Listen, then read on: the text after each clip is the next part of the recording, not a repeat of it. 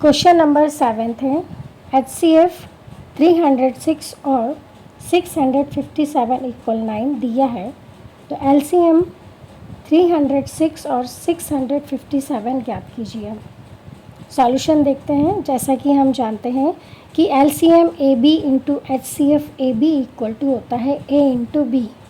अतः हम देखते हैं कि LCM 306 और 657 इंटू HCF 306 और 657 इक्वल होता है 306 इंटू 657 और हमें HCF की वैल्यू दी गई है 9, तो हम HCF की जगह 9 पुट कर देते हैं, 9 रख देते हैं, तो हमें प्राप्त होता है LCM 306 और 657 इंटू 9 इक्वल टू 306 इंटू 657।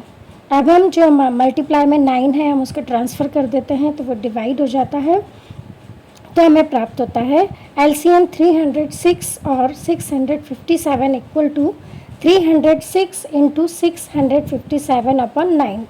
अब हम 306 में 9 से डिवाइड करते हैं तो हमें प्राप्त होता है 34।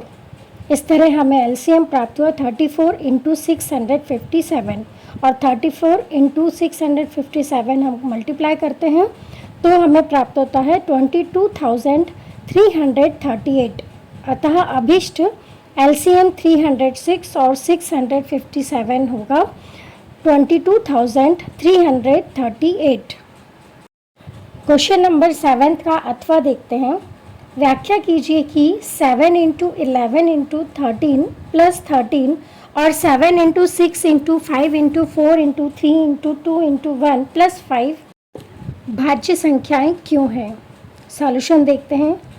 7 इंटू 11 इंटू 13 प्लस 13 को हम लिख सकते हैं।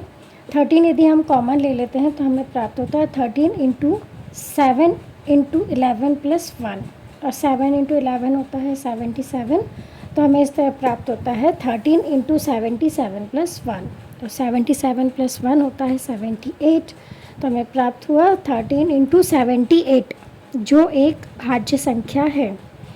एवं 7 into 6 into 5 into 4 into 3 into 2 into 1 plus 5।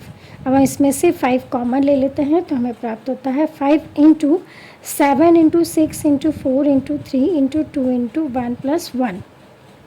अब हमें प्राप्त हुआ 5 इंटू 1008 प्लस 1 और 1008 प्लस 1 होता है 1009, तो हमें प्राप्त हुआ 5 इंटू 1009 जो एक भाज्य संख्या है। अतः दी हुई दोनों संख्याएं भाज्य संख्याएं हैं। धन्यवाद।